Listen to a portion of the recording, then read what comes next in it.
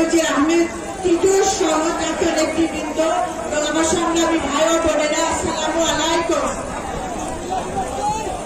আমার সংগ্রামী ভাই ও বোনেরা,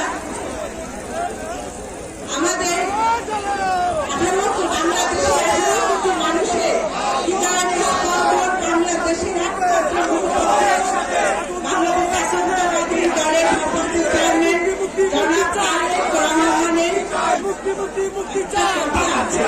এটা হলো বাংলাদেশে যাতে কণ্ঠকে ফয়সালা হবে রাজপথে। সেই রাজপথে কিন্তু আজকে আমরা সম্মিলিত হয়েছি।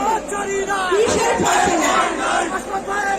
সেই ফয়সালাটা হলো রাষ্ট্রপতি জিয়াউর রহমানের দ্বারা বাংলাদেশের স্বাধীনতা সার্বভৌমত্ব ফিরিয়ে আনার ফয়সালা।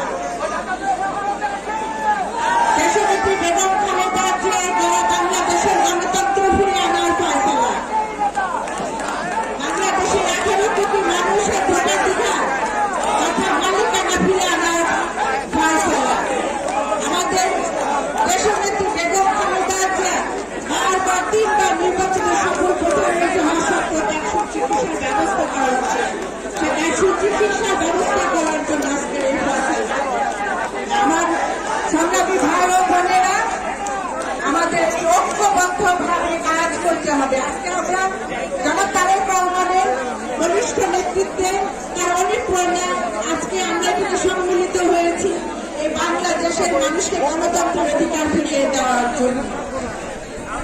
এই গণতন্ত্রের অধিকারের জন্য আজকে আমরা সমবেত হয়েছে। আর এই গণতন্ত্র নিয়ে আমাদের কাজ করতে হবে। এখানে নতুন প্রজন্ম অনেক আছে, তাদের কাছে আমার একটা প্রশ্ন, আপনারা কি ভোট দিতে পেরেছেন?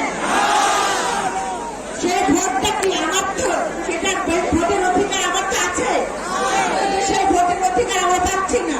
তার মানে কি আমার দেশের মালিকানা আমি পাচ্ছি না। আমরা কেন আমার দেশের মালিকানা ছাড়বো? 11 কোটি মানুষ, এটা শুধু আওয়ামী লীগের মালিককে দেশের আওয়ামী লীগ সরকার, মালিক কি শুধু একটা হাসিনা সরকার? আমরা 11 কোটি মানুষের মালিকানা আমাদের ফিরে দিতে হবে। সেই মালিকানা আমাদের ফিরে দেওয়ার জন্য আজকে আমরা এখানে একত্রিত হয়েছি। আর আজকের যে তরুণ সমাজ, যে তরুণ সমাজ আছে, তাদের আমরা বলবো, তোমরা তোমাদের এই মুষ্টিবদ্ধ হাত দিয়ে বাংলাদেশের জনগণকে শক্ত করে দিও। তোমাদের মুষ্টিবদ্ধ হাতে বাংলাদেশের